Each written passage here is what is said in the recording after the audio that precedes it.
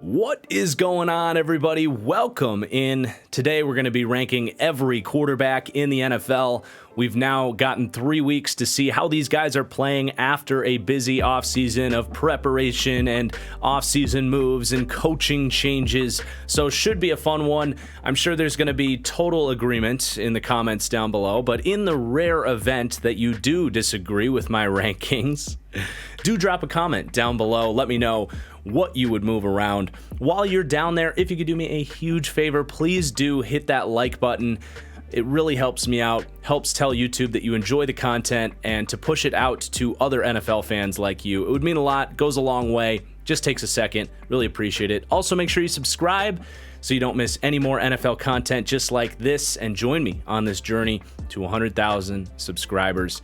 Let's go ahead and get started. We're going to start at the bottom of the rankings. This is a tier maker type of video here, and it is worth noting that these quarterbacks are ranked inside of each tier. So let's start at the bottom where I have my career backup tier.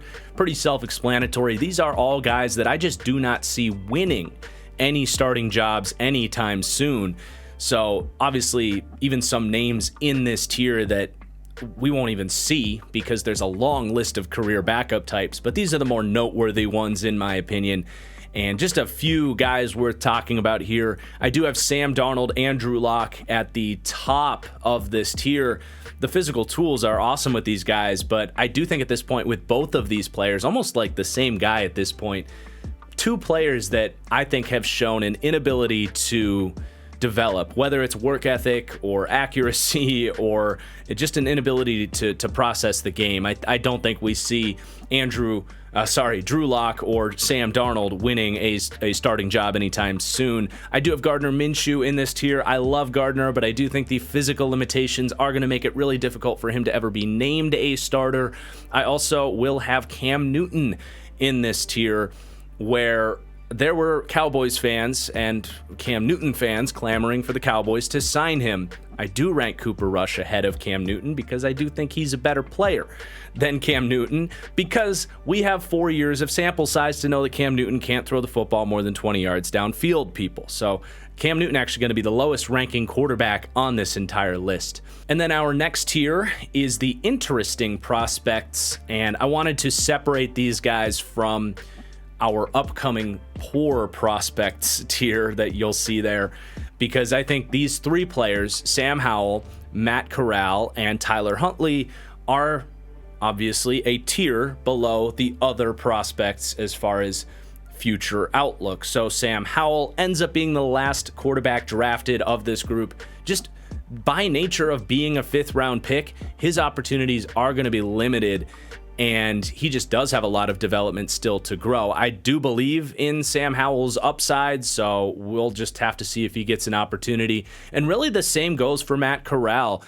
He ends up being a 3rd round pick, just like Ritter and Malik Willis, but they go and trade for Baker like a few weeks later, and then he tears his Achilles. Like, I just don't know if if Matt Corral is gonna get those opportunities to highlight his strengths. So yeah, those two. And then Tyler Huntley, I mean, he really stepped up when Lamar Jackson got hurt last year. A really good athlete. I think he processes the game at a high level. It's just accuracy with him.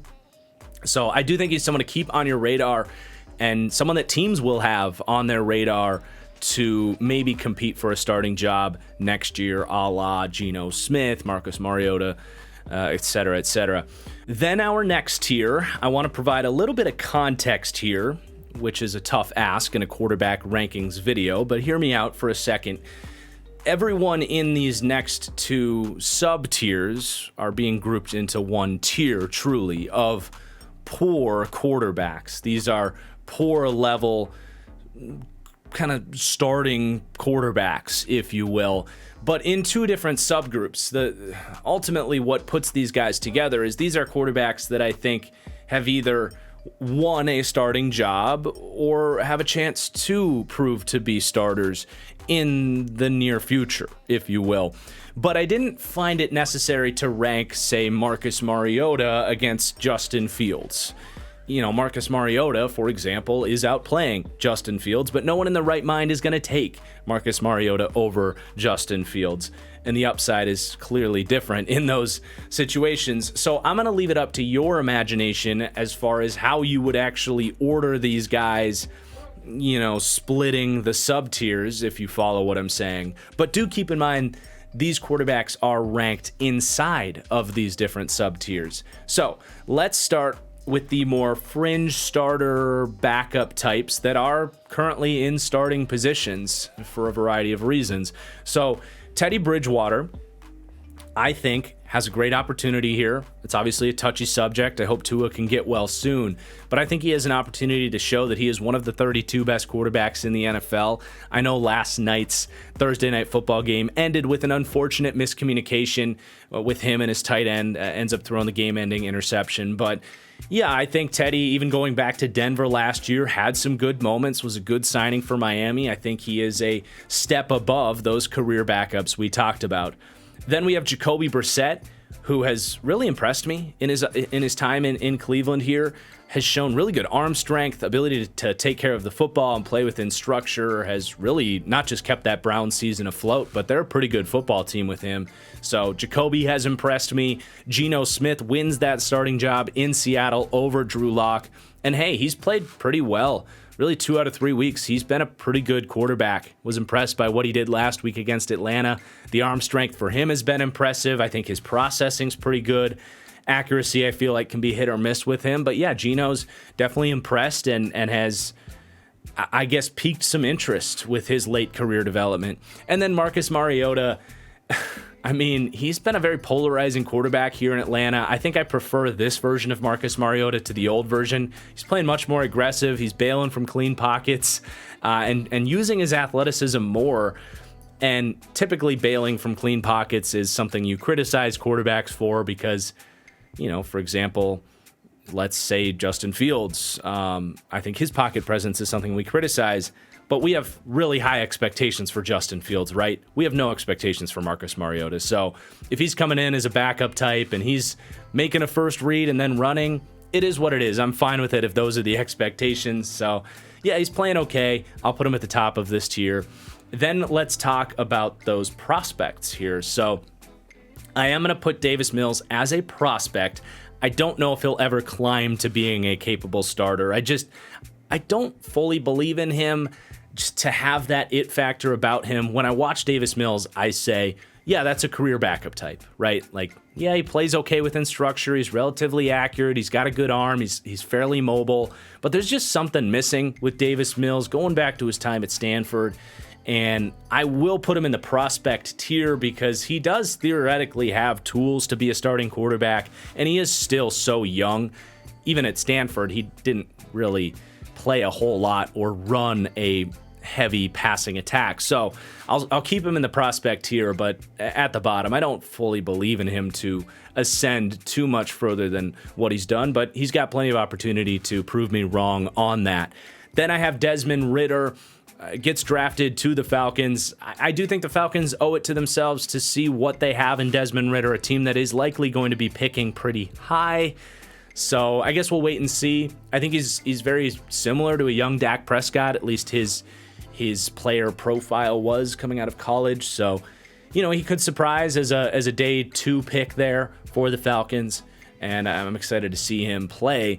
Then Malik Willis, I was really impressed by what he did in the preseason. I know it's just preseason.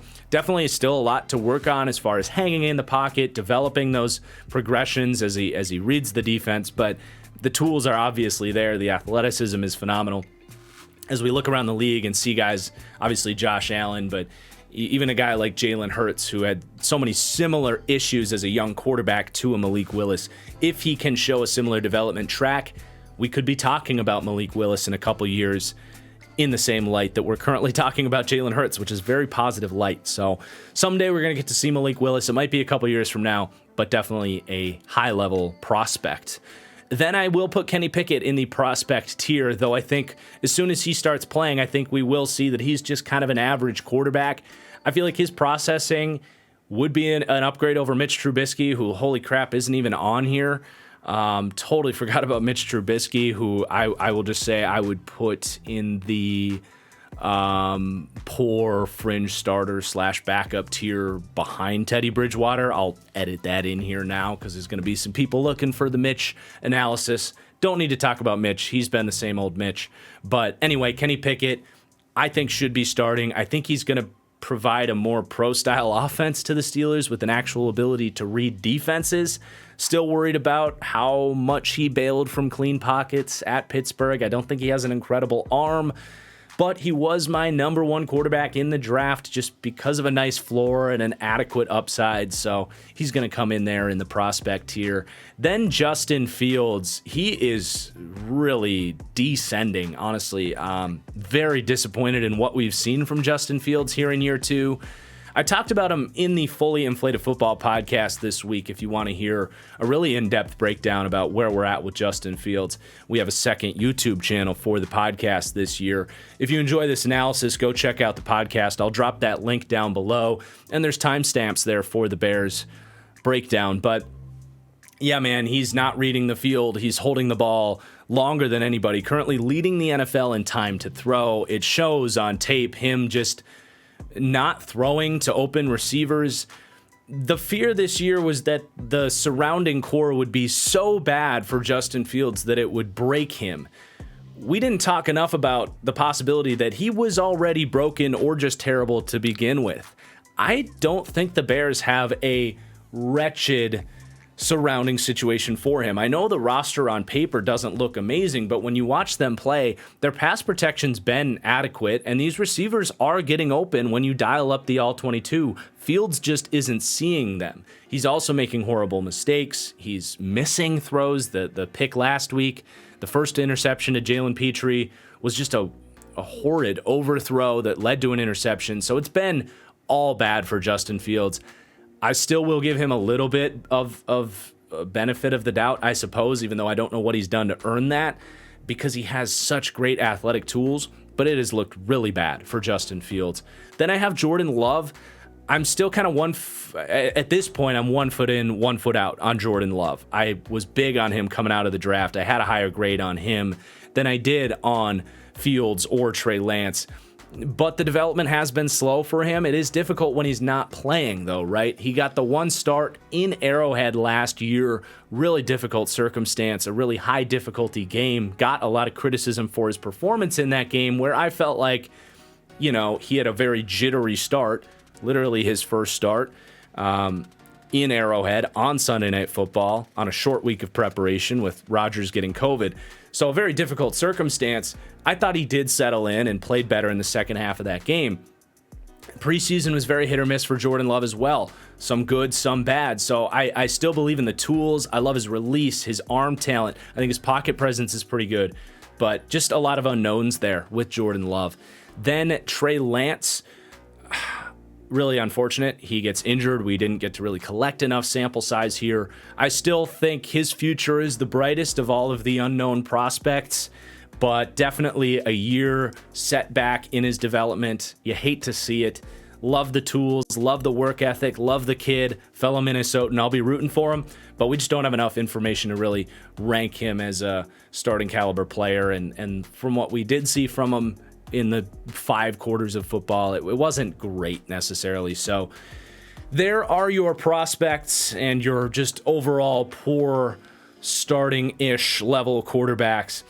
Then we get into the bridge quarterbacks. Not a lot of conversation to be had here. These are placeholder QBs, really. Guys that are going to be changing teams a lot over the next few years. Guys that in an emergency can probably provide you adequate quarterback. Some of these guys are pretty polarizing on a week-to-week basis.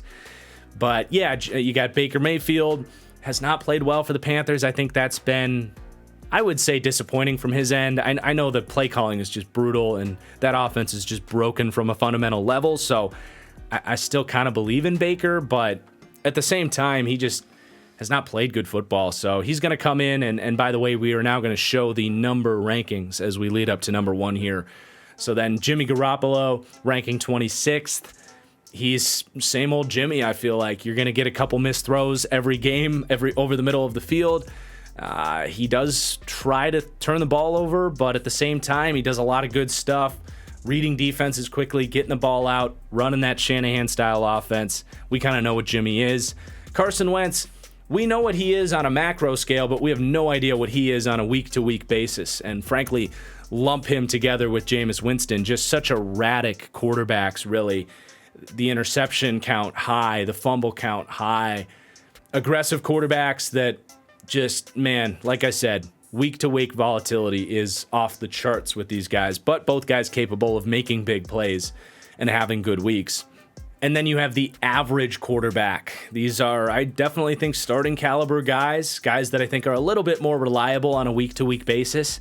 And I'm actually going to put Daniel Jones in this tier. I do think Daniel Jones, I said it coming into the year, is a fairly underrated quarterback at this point. I'm not going overboard with that statement. I don't think he's the answer for the Giants. I think they were right to decline his fifth-year option. I think you should swing higher than Daniel Jones, who just doesn't really have much of that it factor about him. But I feel like he's quietly, in a horrible circumstance, shown decent quarterback play. So someone that I think is going to hang around as a starting quarterback in the same ways that those bridge quarterbacks have, but I think he's a little bit better than those guys at this point in time. Then Jared Goff. Do we need to talk about Jared Goff? He's been fine for Detroit. And Matt Ryan, he is descending here. Coming into the year, I would have ranked him in the good tier, but man, it's been really ugly for Matt Ryan. The athleticism, I just think, is such a liability for him at this point. He can't move in the pocket. They have some offensive line issues, and he just can't elude pressure. He goes down so easily. He can't even really wiggle around and find space in the pocket. So it's just been such a problem for him. The arm talent is not there. He can't hit tight window throws. Still a high-level processor, but yikes, man. It's been a rough start for Matt Ryan. Then our next tier is an interesting duo of quarterbacks. These are ascending quarterbacks that I think have a chance to be good or better quarterbacks if given more sample size. And I'm taking a little bit of a leap of faith here with Zach Wilson, who we haven't gotten to see yet. He's going to be making his debut this Sunday. I'm a big Zach Wilson believer. I had him very highly rated coming out in that draft. And I think the Jets offensively have a decent setup for him. I'm a little bit worried about that tackle situation, but Garrett Wilson looks great, and Corey Davis and Elijah Moore. So, and I think the play calling's fine. I'm really excited to see Zach Wilson get that opportunity in year two. We've seen a huge leap forward from Trevor Lawrence, and I'm going to take a leap of faith that we can see something similar with Zach Wilson, even if it's on a smaller scale. And then we have Tua. Get well, Tua. I don't know if and when we're going to see him. And if you want to check out my live stream from the Thursday night game, you can kind of see my reactions to all of it, all of the mess, all of the reactions. And this is going to be an ongoing story. We're going to be collecting more information as we go. But based on what we've seen from Tua, I've been very pleasantly surprised. I have been a huge, basically Tua hater in his game, in his tape, and I'll stand by everything I said about his rookie season, his sophomore season. He was not even a starting level quarterback, and if you want to sit here and argue with me over that, you have no evidence to say I was wrong. I mean, he was not good. This year, he's been good. Now, there's still been some mistakes in there, like the really head-scratching decisions. We saw it against the Bengals. We've seen it really every week so far. There's been a few throws every week where he just needs to weed those stupid throws out, honestly. But 95% of his plays, he's been a very precise, good quarterback, not just a game manager. He's making really high-level throws over the middle of the field, throwing with anticipation and accuracy, showing velocity on his fastball from the pocket. And I made a video about him yesterday before the game talking about his dominance inside the red zone, which to me is the first time Tua has shown any sort of semblance of a high-level quarterbacking trait, something we're definitely going to be talking about now that we're getting into those good, great, elite quarterbacks. I had a big question of, Can Tua be a high-level quarterback, or does he just have these physical limitations? Is he always going to be just an average-level quarterback? You want to have one of those traits, one of those high-level traits to ascend like this. And to see him dominate in the red zone has been a very, very pleasant gain for Tua. So he's trending up. He's going to rank 19th as of right now. And I am going to rank Mac Jones ahead of Tua into now the good quarterback tier. So Mac, to me, is just more established than, say, Tua. I'm highlighting that comparison because they're obviously AFC East rivals, a couple Alabama QBs, young QBs. I think Tua, if he can get back healthy and continue to play the way he has, will very quickly pass Mac Jones, but not enough sample size at this point in time for me to make that change. But yeah, I think Mac Jones has come into the league and just been very, good. He's been Kirk Cousins-y, he's been Derek Carr-y, he's been Ryan Tannehill-y, if that makes sense. One interesting note on Mac Jones, though, is he is not a bad athlete. Another thing I talked about on the Fully Inflated Football podcast, if you want to see this breakdown, his last week's performance was a reminder that he's capable of making some pretty impressive plays. And in that game, he had last week's game against the Ravens, he had I want to say it was 4 big-time throws and 4 turnover-worthy plays per PFF. Not a typical Mac Jones performance. This is an interesting time to actually record this video because it was just a reminder that Mac can make some really nice dimes down the sideline. He can actually use his feet and sense pressure at a level that I think is much higher than Tannehill, Cousins, and Carr. And I think that does give him a higher upside. But at the same time, the majority of his games, he's played much more of that game manager, average level quarterback where he rides much closer to average. It just piqued my interest in this last week's game, though, against the Ravens, where he's capable of high-level play, but is he capable of playing like that and eliminating mistakes? Because he should have had 4 interceptions in that game playing so aggressive. So he's at an interesting state right now in this conversation. Going to have to get healthy as of this video, but I'm not ruling out Mac Jones to continue ascending either in the same way we talked about Tua. So let's move on to the group of Kirk Cousinses, right? You got Ryan Tannehill, you got Kirk Cousins, you got Derek Carr, and honestly, I would put Dak Prescott in that group. I've said it for years. I think we continue to see more and more sample size of the second Dak Prescott doesn't have a perfect situation, he's just Kirk Cousins. All 4 of these quarterbacks really have an identical trait, and it is a lack of high-level poise inside the pocket. I think Dak's is the best of this group, but all these guys in high-pressure situations, 3rd and longs specifically, but down in the red zone can be a problem for these guys. Do they have that natural ability to feel the pocket calmly, sense pressure, navigate, and process beyond a first read, and know when to run when it's appropriate? And my answer for Ryan Tannehill, Kirk Cousins, Derek Carr, and Dak Prescott is no. They do not have that trait. And it shows up very consistently in those high-pressure situations. It's why these quarterbacks find themselves in this middling tier and feel like they've been stuck there for a long time.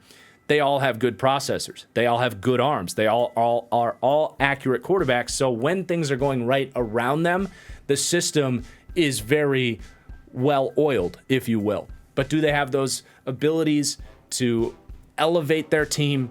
I say no. And then we still have 2 quarterbacks within this tier that are very fascinating and have really stolen the headlines of the NFL season so far, and that is Jalen Hurts, who ranks as the 14th quarterback for me, and Trevor Lawrence, who ranks as the 12th ranked quarterback. So Jalen Hurts, again, ranking 14th for me right now, which is a lot higher than I would have possibly imagined I would rank him in September. He has stolen the show, like I said. I mean, for me with him, it's been every year taking an incremental leap. And it feels like that leap has gone from incremental to pretty sizable this year. And I did make a film breakdown on Jalen Hurts, really highlighting his development. If you want to hear more about it, it was just last week. I really recommend you guys go check out that video. I'll post the link right here.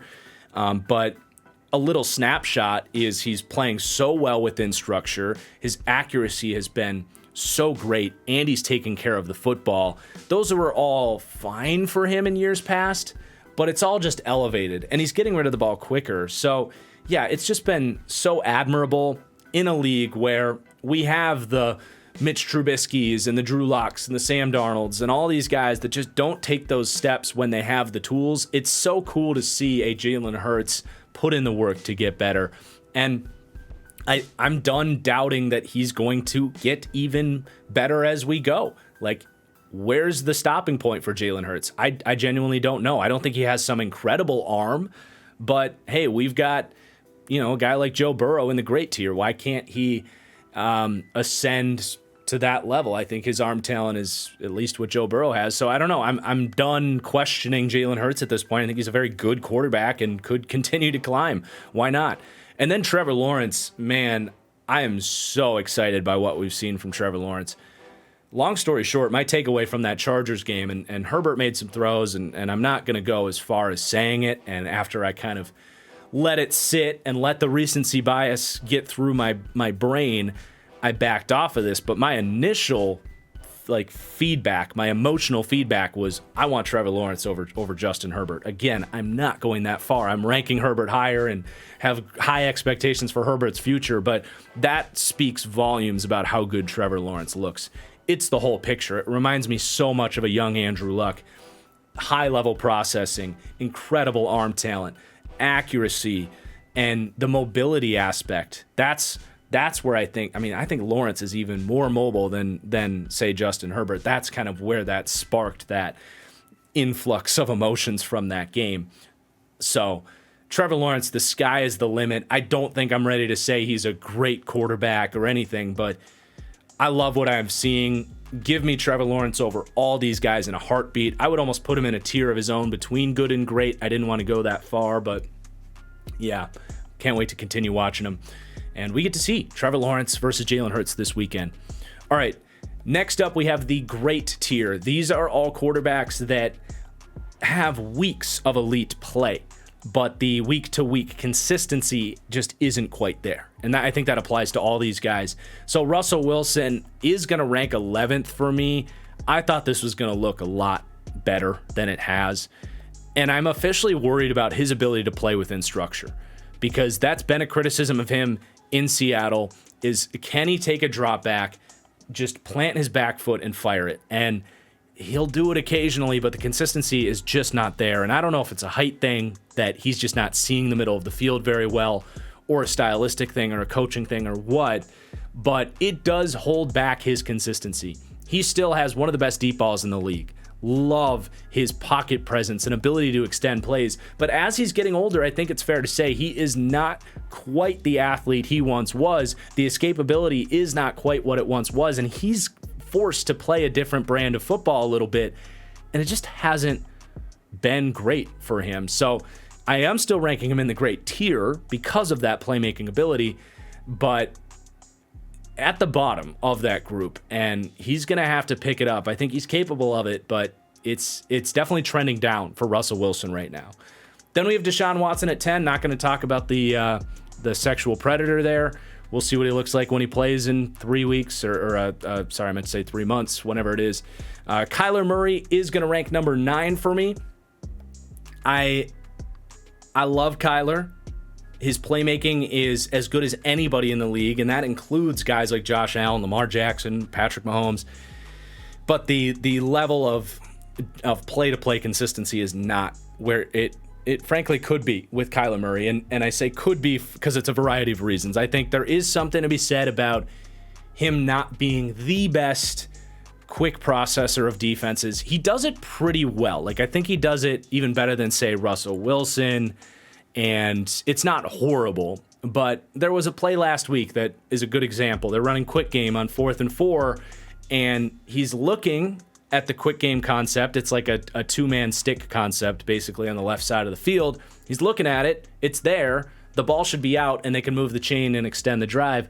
I think there's just stuff like that with Kyler that limits his overall ceiling over the course of a season, that I just want to see him get better at. But the other limiting factor with him is his freaking coaching staff. I think it's a horrible scheme for him to thrive. And the play calling, to me, especially in the drop back passing game, it's just not pretty. So I would love to see Kyler paired with someone like a Brian Dable or, a really nice creative play caller, and just show some better development, because he's kind of been the same guy now, I feel like, for a couple of years. But I do love Kyler.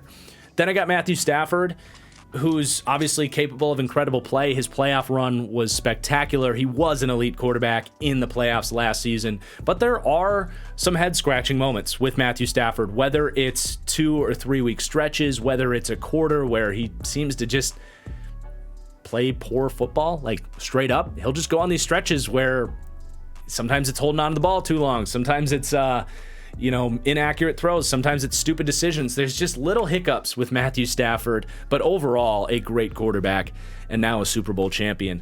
Then we got Lamar Jackson. I'm calling him Fat Lamar this year. I know I'm one to talk, but I just love the bit. Obviously, Lamar Jackson is not fat. He is jacked out of his mind, but it shows when you watch Lamar Jackson. He looks like a beefed up version of himself, and it's provided an ability for them to mix things up in the QB run game, a little more power, a little more inverted reads. I love that. I think it is ultimately going to open up their run game as they get the line healthy, as they get those running backs in there. And the bigger thing is, I think it's just, I don't think it's changed his arm talent or changed his accuracy or changed the way he reads defenses, but I do think it has helped him feel more comfortable from the pocket. And he's just been better at standing in there, getting the receivers involved this year. And I think he's on a trajectory to be paid as the highest paid quarterback in the NFL, as that next guy to get paid, and potentially another MVP. I mean, he is awesome. I love what I've seen from Lamar Jackson, and they are certainly not in the position they're in without him. And they should be a 3-0 football team right now without that crazy defensive collapse against the Dolphins. All right, then I have Justin Herbert at 6, Joe Burrow at 5. This debate is ever going. I don't think it'll ever stop. I think 15 years from now, we'll look back on this, and this is going to be the Brady-Rodgers debate, or the Peyton-Brady debate. I think those guys are heading for that type of discourse because they came into the league together. Such different players to me. Herbert is just such a freaking, I want to say machine, but he's just so talented. I mean, the throws he makes are special. And I kind of last year was saying Josh Allen is in a planet of his own as far as arm talent. I think I'm there with Herbert. If you want to debate those at this point, I'm cool with it, because the velocity he has is absurd. The distance he's able to get on these things, the ability to throw off platform has been proven time and time again. And he's honestly a little bit more accurate than Josh Allen. Now, Allen's pretty damn accurate these days, but that's what's scary about him, is when Herbert makes a good read and the throw is there is no place on the entire football field that he can't put the football. I think his processing is taking steps up seemingly every week he plays. So I still think Herbert is stock up. I think there's a little teeny tiny bit of it factor missing with him that, say, Joe Burrow has, that Josh Allen has, that Mahomes has, even Brady and Rodgers, all these guys ranking ahead of him. And that it factor is what, Herbert stands, or any quarterback stand, hates to hear as a criticism, but it's that situational awareness. It's that ability to make those plays in those big moments, to know when to take those shots, to know when to scramble, to know when you need to navigate the pocket and hang in there. There's just ever so teeny tiny bit missing with Justin Herbert that I don't know if it'll come or not. But that's really the only knock I have on Herbert. He's awesome, and it's unfortunate that he's lost his left tackle, because I think he was poised, and Keenan Allen, because I think he was poised to potentially pass Burrow, and I don't know if it's going to happen this season given how things have played out around him.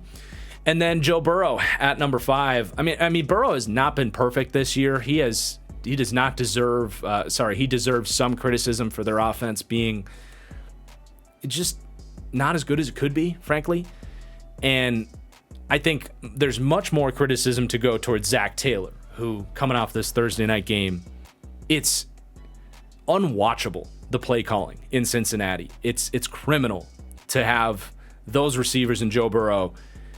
And I made a video about Zach Taylor a couple weeks ago, so you can go check that out. But yeah, there's a lot of stuff around Burrow that I think could be better, whether it's him or the play calling. But ultimately, the guy took the Bengals to the Super Bowl. He has that it factor, and it's kind of the complete package with Joe Burrow minus the arm talent. And it's more a continuation of everything I've always said about Joe Burrow, where he is Aaron Rodgers from the hip down as far as pocket presence, ability to extend plays and use that mobility, and the ability to throw on the move as well. He's incredibly accurate with that arm on the move. And then it's the high-level processing for such a young quarterback. Now, it hasn't been perfect this year, but you go back to his tape last year, very good at the quick game and a lot of the Tom Brady-esque stuff as far as that. And so, big Joe Burrow fan on this channel, and I'm still not putting Herbert over him, even though I still think it's really interchangeable between those two, whoever you want to pick. And I think even Lamar has entertained the idea that he might deserve to be QB5, if you will, for the Ravens fans out there. Then I have my elite tier, and Josh Allen fans will be happy to see I have Allen in the elite tier now. I kind of had him on the outside looking in coming into the year. I'm ready to put him in this group, and I'm having a harder time separating really the top three than I have in recent memory. I think Brady's clearly the fourth. I would take Brady with his processing, his decision-making. His pocket presence is spectacular. His arm is better than he gets credit for at his age.